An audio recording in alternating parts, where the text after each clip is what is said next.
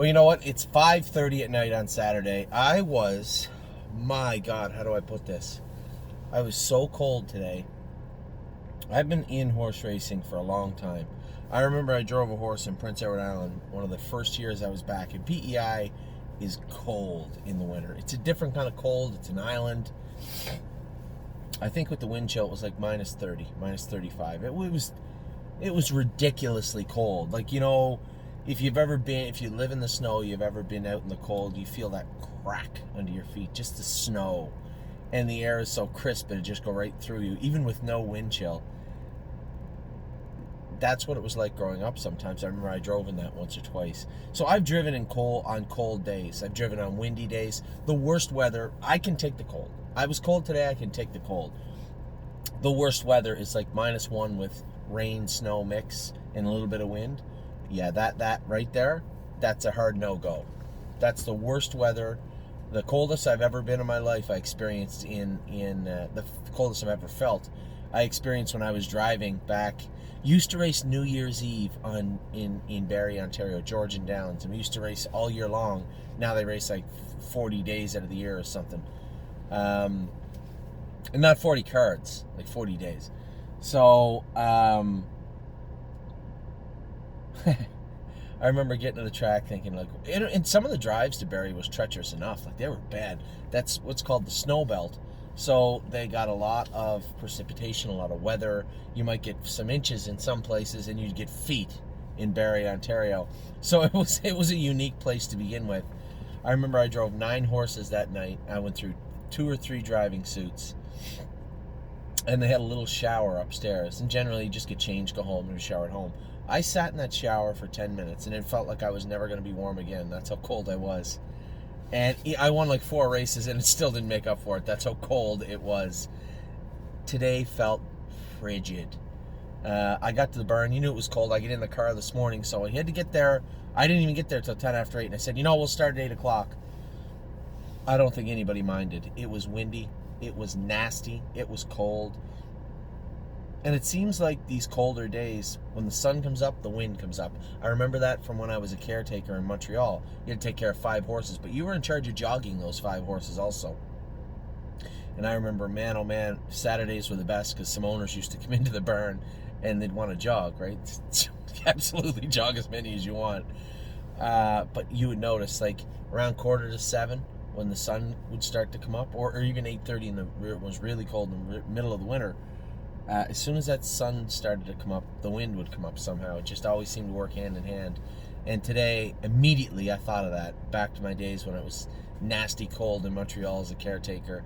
That wind would come up when the sun came up, and it started to get bright out, and then all of a sudden, this wind, it whipped up, and it was so cold. I got in the car. It was still dark out. Getting the 3 kids. Now, they're cooped up because we had a lockdown, so they were all pumped. We're getting to go out and play in the snow, and I'm like, you don't know what you're getting yourself in for.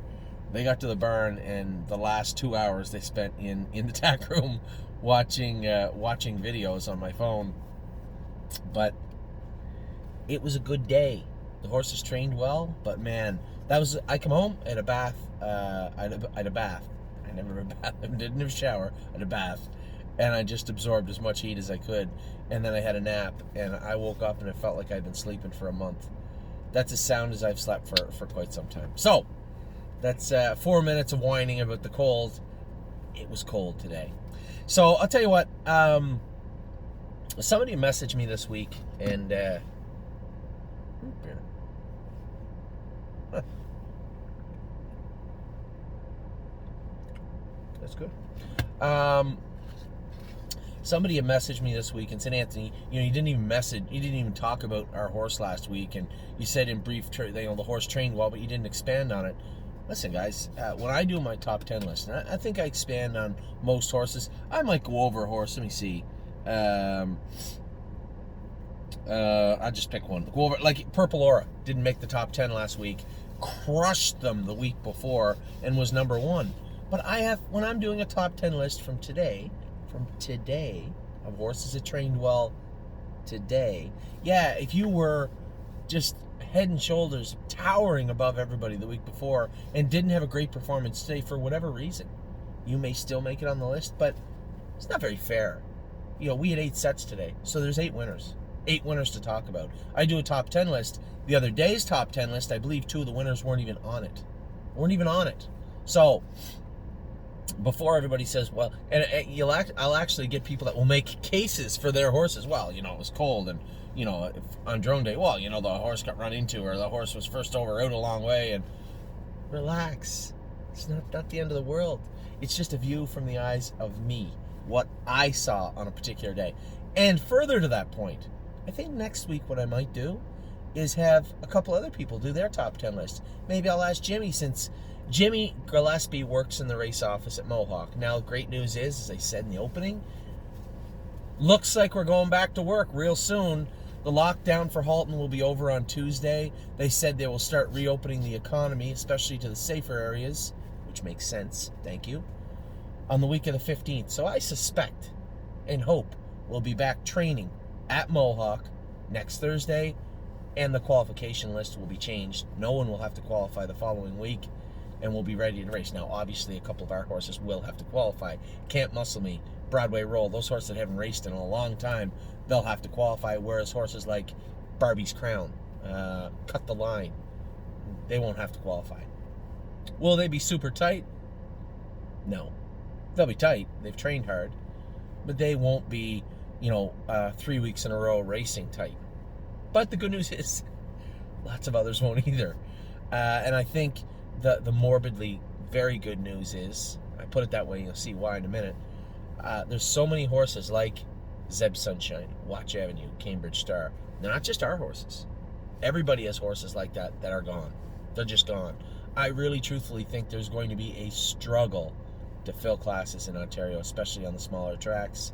So that might be a feather in our cap for horses like Barbie's Crown, who are going to get a softer push-off, so to speak, than they would have, but now they've missed a month and a half of, I had said to one of our clients the other day, they asked about Watch Avenue coming home. I said, no, I can't. The plan for Watch Avenue was December, January, February. In that time period, your sophomores aren't ready. If you have a really good horse, you're not in a big hurry to get them ready January, February, unless there's extenuating circumstances. There's just not a lot of depth in that area, and that's where those horses would have excelled. And in that period, we could have said, hey, this horse will do good, that horse will do good, but not now. Anyway, I'm over this already. I think racing will be soft, and I think it'll be extremely thin, because there's just not a lot of horses around. So let's get right to it. My top 10 list today. Now, this is today. Relax. A view of what I saw today on the track. And there are some horses that could have been on the list. So I'm going to go through the list. I'm going to give you a couple of standouts, right? I'll give you the standouts, and I'm going to give you my top 10 list. Horses I thought were good, and there are a couple I didn't see either. Like LSL. Colt sat at the back, and he was closing on the far outside. He said he was fantastic today. He was like 5th. But he did his work very, very good. Obviously, I can't put him on the top 10 list, but he does work. We're going to get right to it. I'm going to go through all the lists right now. I'm going to through all the horses we went with right now and talk about the ones that were interesting me. I had another person ask me about, what's the name of the horse? Twin Bee Habanero. Where is he? Why is he not on your list? He's a big colt, and I'm not going to push him until he hurts himself. He got a splint crowd. He was gelded, and he's a big boy. So he's starting to make a few little breaks in the turns because we're pushing him a little too hard. Fine. We can tailor our training for him. He's not going to be in these big sets going fast right now. He doesn't have to be anyway. So just allow us to do our job before you get upset. I noticed a couple of people putting shares of horses up. They thought maybe haven't been very good the last little while. And I will caution you right now. I don't think there's a whole lot of horses in our midst. There's only 2 that are leaving to go to the sale. Loving Beauty and $1 Million Swan. I kept Procrastinator, took him off the list, and there's a whole 10 or 15 horses that from week to week look okay, but make no mistake, there's a place for everybody, or they wouldn't be here. So, Spent very good today. I think he ended up 3rd. We were smoking pretty good. We weren't smoking pretty good. We weren't trying to go fast today. I wanted to see movement. We're going to do the same on Wednesday. Just want to see some movement. I don't want to see any miles faster than 40. So I said to James, listen, it's pretty easy to ensure we don't go faster than 40. Just get us over the half at 28 or 30. Can't go 40 then. Just can't do it. You could, but then you would know I would be very upset. If you came at half in 10 with a horse today, I was going to be upset more than likely with you. So, pretty easy way, just a mathematical way to tackle that speed problem. Plus, if you move your horse at the quarter pole, you're less likely to come 100 miles an hour in the last turn. And of course, this is for some of the other guys that are training with us. So, pretty easy to combat that today. Everybody was very good today. Everybody was smart about it. I don't think you could anyway. It was so goddamn cold. Oh my God. Rudolph would have been complaining today. Anyway, Spent, very good again today. Week after week after week, this horse getting good and good. James is a great fit for this horse. Now, keep in mind, James is a great fit for all these horses. I know how I like to train and what I like to do. I know what James is good at. I know what their strengths and weaknesses are, both the equine variety and the human variety. I like James going with Will to Win Hanover. I put James on 3-point blue chip today, and I'm going to leave him on 3-point blue chip for a little while. If the horses don't respond when I work them hard, or if they respond too much, you'll see some horses light right up in January. You can't burn them that hard. They can't burn the fire that hot. You know, you can't keep pouring the coal to them and they stay good. A horse like Bomb Hugger, you saw she was on fire last week. You can't do that every week. So there's no need for me to go with Bomb Hugger every week. Although I was going to go with her today. The problem was she had a heel scratch, and we usually wear bell boots on her, 2 sets of bell boots for a little bit of weight. So I didn't want to jostle her or get her upset, so I actually asked Greg to train her by herself in between sets. I had her in with the pacers, scratched her out, said, Greg, can you just go out and go a mile 40, 42 with her? Greg did that very good, went a mile and 2:40. She looked awesome on the track. 4 even quarters of a mile with a slow first half, like we always do. I thought she looked tremendously good, perfect for her. So when it goes to Will to Win Hanover, I don't want to turn Will to Win Hanover on, right? And you could say, well, don't. I have like 8 or 9 horses to go with. I have to go with. We had 8 sets today because I said to James, he goes, can we not just have 6 sets that are bigger? And I said, no. There's some horses I want to go with. However many I have to go with today, that's how many sets we're going to have. So I didn't go with a Will to Win Hanover, Spent, Arches Rainbow, and More Diener. These horses were fantastic. I didn't go with them. So we're going to get right to it. Spent, very good today. Very happy with him. I'm not going to talk about the horses that were on the top 10 list because they're on the list. I'm going to talk about, just for a minute, the ones that weren't on the top 10 list. Spent, very, very good today. Prairie Fire, keep your eyes fixed on Prairie Fire for about a month. He's been getting better and better and better and better. Jimmy said, geez, this horse can really dance. Yes, he can. He's decently bred. He just needed some help with the hobbles and his shoeing. It took about a week to get him right, and then you can put him in gear, and after that he has to put a little more muscle on, get a little more confidence. Now he looks like the Prairie Fire we wanted to see. Arches Rainbow was exceptional today, ended up 3rd. So, oh, I lied. I did put her on the list. Sorry about that. She was exceptional today, though. Amor Diener was 2nd to me. I did try the last half, about 10 or 11 with Duke Dio. I was a little angry at him when we went on the track. He was acting up. He is being castrated on Tuesday for that very reason, but make no mistake, he was fast today. Amor Diener cut it out, let me go, going past the 5/8.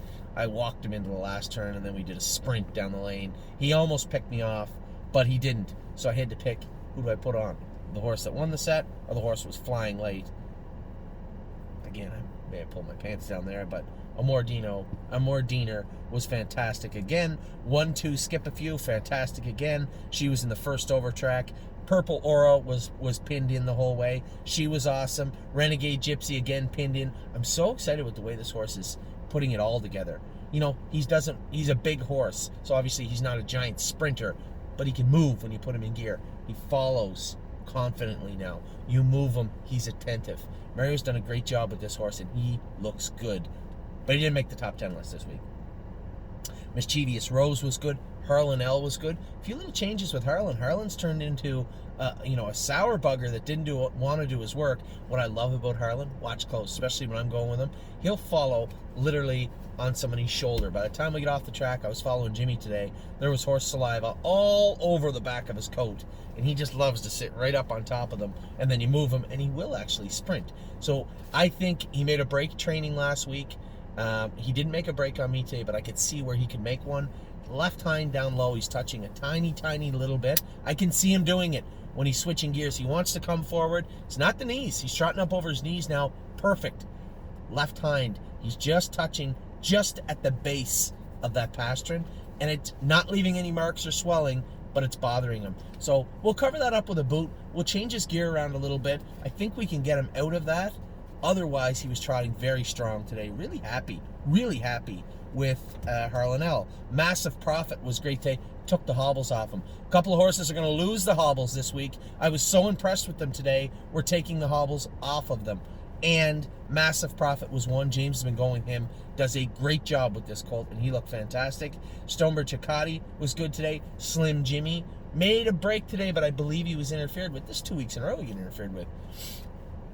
Johnny said he was running in, though. We got to get something on the inside of him. He jumped on his right foot the other day, so it's not that shocking. As I said, Bomb Hugger, we scratched her, trained her in between sets. She was very good. Hill of Magic was good today. Taiwan On finished second or third in her set. Rosie's Masterpiece did too. These horses didn't make the top 10, but were good this morning. The horse that made it to number 1 last week, I didn't have a spot for him this week. Almost there, boss. I was scratched out of that set. I took Bomb Hugger out, so I was a block of ice at this point, and this is only like set 5. We need 3 more. I turned the car on. Addie was with me in the car. We went up to the fence to watch them go.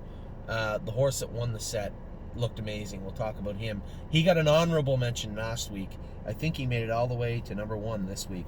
So this just goes to show you, Almost There, boss, is in the hunt or attacking the best horses we have every week. Last week he was number 1. I didn't put him on the list today. From what I could see, he was second, but I didn't put him on the list today. Or the horse that was right there with him, Peanut Butter and Jelly. She was awesome today. Jimmy gave her a real good spin today. I was really happy with her. World for 2 backed off the leaders down lane. James said right line, a little bit shuffly. We're going to put a blister on his knees. He'll probably miss Wednesday and come back out Saturday. Keep in mind, this is a big colt. A couple of these horses, we're going to have to tailor together and cobble together a training schedule. I don't want to train them according to a calendar. We'll end up pushing them too hard, I believe. This guy has been good. Now, the only added bonus was we put a head pull on the inside, and I think he was just fighting the head pull. We go back to a line pull, maybe put a bit burr on him to get him off that line. I think he will come off it. So, World for 2 was good, but actually was better last week. Miss Mildred we scratched today because OCD found in her left hock under examination. Never was lame on it, never bothered her, but it will at some point. So she's going up Monday. Quick, pop that out. 2 weeks in the stall, 1 week of light jogging in the jog cart, like walking, literally walking. She's a little hyper, so hopefully walking. We may have to TQ her and then back onto schedule of jogging after that. This is something that won't bother her, I don't believe. Granite Hill had the hobbles on him today. He was better. Still running in. Again, we're going to tinker with his gear. Might have to get him checked again, too. I couldn't see any lameness, couldn't see any issues, but he would creep over on the left shaft. Is that lameness or is that him interfering? The way his gait is, I think he's trying to miss hitting. We can help him, and we will. Garden State Dio was good today. I said to James, she looked like she was going to roll off just down by the wire where she's made breaks before. I said, okay, all right, you know what? Now's the time. We're going to get the hobbles on her. We're going to get the hobbles on her right now. What else do we got here? Sweet on Pete. I let her scoot yesterday, Friday, just for a quarter. She felt great. She was closing up on me. I won the set. She was closing up on me today, and I could hear the hobbles working, like the pulley working, and then she'd burned a little bit in the front. I said, was she safe? He said, yeah, as a church. She's going to lose the hobbles, too. We'll pull them back off her for Wednesday. I'll go with her Wednesday and see how safe she feels. But from what I could see and what I could hear, she looked very good today. Matt's MVP was good. And then this entire set made a break. Oh, no, I didn't. Resolute Bay, Procrastinator, Kathy with an eye, 3-point blue chip. We come out of the turn. The wind was so fierce. Literally, every single horse just shuddered and rolled off stride. Every one of them, all 5 of them. So, Resolute Bay, Procrastinator, Kathy with an eye. They were doing their work well. It's just, I can't blame them. It was nasty. And they all made a break. Century Invictus was good. Confederate Cruiser, You Gotta Believe, Twinkle in Her Eye. They were all good. They didn't make the list. So let's go through who did make the list. You had to wait 19 minutes to hear this list. 19 minutes. Starting with number 10, Duke Dio. This was tough to put on there, but he did win the set. He infuriated me when I went on the track. You remember 2 weeks ago, he just cantered, and he was being ignorant? He was doing that again today. Only today he got a swat with the whip. and he did his work. And as I was pulling up, how talented he looked in the mile. James said, "Get into him." I said, "I can tell you what's going to get out of him. Both his testicles immediately on Tuesday." Very nice colt. I think he is the epitome of a horse that needs to be gelded.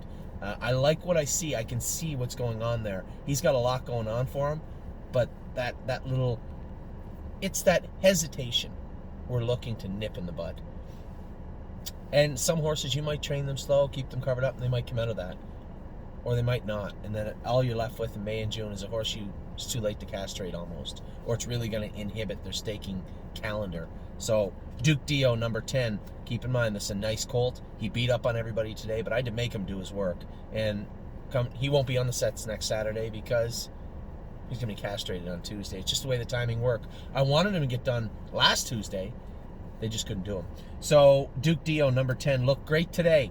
I'm going to leave it with, I love the way he looked, but definitely a candidate for castration today. Where are you at, number 9? Number 9, Blue Bayou Dio. There's a ton of talent in this filly, a ton. She cornered well today, which is the first time in a while. She does creep over on the shaft, and I don't know if she is hitting. I think it could be a little something bothering her there, but man, when she moves like a cat. She's got an explosive pop to her that I don't think anybody else does. Not like this. When you move her over, she just accelerates like a pacer. Baumhugger did last week. Yes, Baumhugger did that. It's starting to get dark. She did that last week, so I have seen it. Very similar, this high gear. So Blue Bayou Dio won her set today, was awesome today. I am going to get her probably looked at in the next week just to make sure nothing's going on. It could be maturity, it could be a little interference, self-consciousness. Sure, it could be all those. Or it could be a little something waiting for us there. So I'm going to get her looked at next week. But can't fault her desire, her work ethic, her attitude. She is a firecracker. Number 8, Tioga Sunshine. Amy was in an easier set with her. Tay just moved her over. Really put it on us. Come out of the turn. She looked like a woman against little girls, or a boy against men, if you want. Men against boys. She put it on us. And I was coming to her with Granite Hill, who hasn't had the work Tioga Sunshine has. We could have run around 8 times. I wasn't catching Tioga Sunshine, though. She looked very, very, very strong today. Number 7, Arches Rainbow. I kind of said that earlier. We put a little bar on her shoe, a little pin bar, as I like to call it, through the center of her shoe. So you have the horseshoe right through the center of the frog, a bar welded in there. That takes some of the pressure off, some of the pounding off. Did it help? Well, Johnny went with her 2 weeks ago before we put the bar on. She made a break. He thought she looked stiff. He went with her today, and the track was, as you can imagine, a little hard in places. He said she was incredible. Very, very, very happy with our girl, Arches Rainbow, today. She looked incredible. Rose above it with the hobbles on, looked good. Now, Amy and I had a little conversation. I think I won the set. She thinks she won the set. Okay, you won. I'll give it to you. I think I won. She might have won. It doesn't matter. Her horse looked very good today. We'll get to him in a minute. But Rose above it was easily number 6. Didn't have that crazy raw speed that he had, but a very focused training mile. We're going to lighten him up front, make a few little changes on him. Very happy with what I saw from this horse today. Very focused, attentive, didn't put a step in, and I think you're going to see that confidence grow and grow and grow into the horse that I know he'll be. If we can keep him contained, today was a great step forward. Number 5, Of Tom, looked great again. Jimmy put her in gear today. She was run down by another horse that made this list a little higher up, but beat her fair and square. But I'll get to that in a minute. Of Tom was very good, finishing second to this other mystery horse that we'll get to in just a minute. Number 4, Unbeatable Kemp. As I said, Amy thought she won the set. She may have. It was so cold, my eyes maybe froze. I thought I won. She might have won. She came out of the clouds with Unbeatable Kemp. The only thing that annoys me about Unbeatable Kemp, he'll finish up his mile, and then going into the turn afterwards, he'll slow right up. That annoys me. But he's doing his work well. We'll let him go. Globetrotting used to do that too. So, all right, fine. Unbeatable Kemp was very good today. Number 3, the horse that beat Of Tom was Will to Win Hanover. James has done a great job with her. And today just moved her over. She got a little goofy in the last turn and kind of pulled up and maybe even interfered with Johnny. So there might have been a first placed 5th, and that would make Of Tom the winner. But Will to Win Hanover put them away and trotted away down the lane. I was so excited to see that. Very happy with Will to Win Hanover. Number 3, and deserved it. James done a great job with her. Number 2. Where are you at, number 2? Eyes at 10. Talk about coming first over and giving it to them. Oh my God. Amy just came first over, sat in the outside, cleared the lead, and put it on everyone down the lane. She was very good. This is turning into a nice filly. Eyes at 10 was exceptional today. Number 1, and I know, it was funny, I had one of my, somebody who's turned into a good friend of ours, Mo Delves. Just a really nice gentleman. Mo and Barb have been with us for a long time. And he said, you talked about Luck of the Dragon last week, but I thought he looked really good. And I said, you're right, Mo. He finished 3rd in that set. It was hard to really drone on about him and talk about him because he was 3rd. But he was good. There was no 3rd today. I never said a word. I was scratched out of there. Remember I told you I had bomb hugger with the Pacers. I scratched her out of there, so I went up to the fence and watched them. At no point in the mile did it look like Luck of the Dragon wasn't going to annihilate them. Johnny went by me in the last lap, and he had a bow in his neck. He wasn't hot. He was just sharp. He had a bow in his neck, and Almost There Boss came to him getting into the last turn, and Amy was in behind them at the little speedy filly. Better Be Sawyer. And Peanut Butter and Jelly was coming to the outside. They looked like they were going to maybe get to him like they did last week. I know. He just drove away, and Johnny went by me after the 1.5 miles. I'm in the turn where everybody stands, and he still got that same bow in his neck. He looked exceptionally good today. Almost There, Boss. I told you he looked incredible last week. Luck of the Dragon looked every bit as good this week. Man, he looked good. Teresa has done a great job working with him. The shoeing changes, the castration, the blistering him here and there, working on these little issues. Just like polishing this horse. He looks like a racehorse now.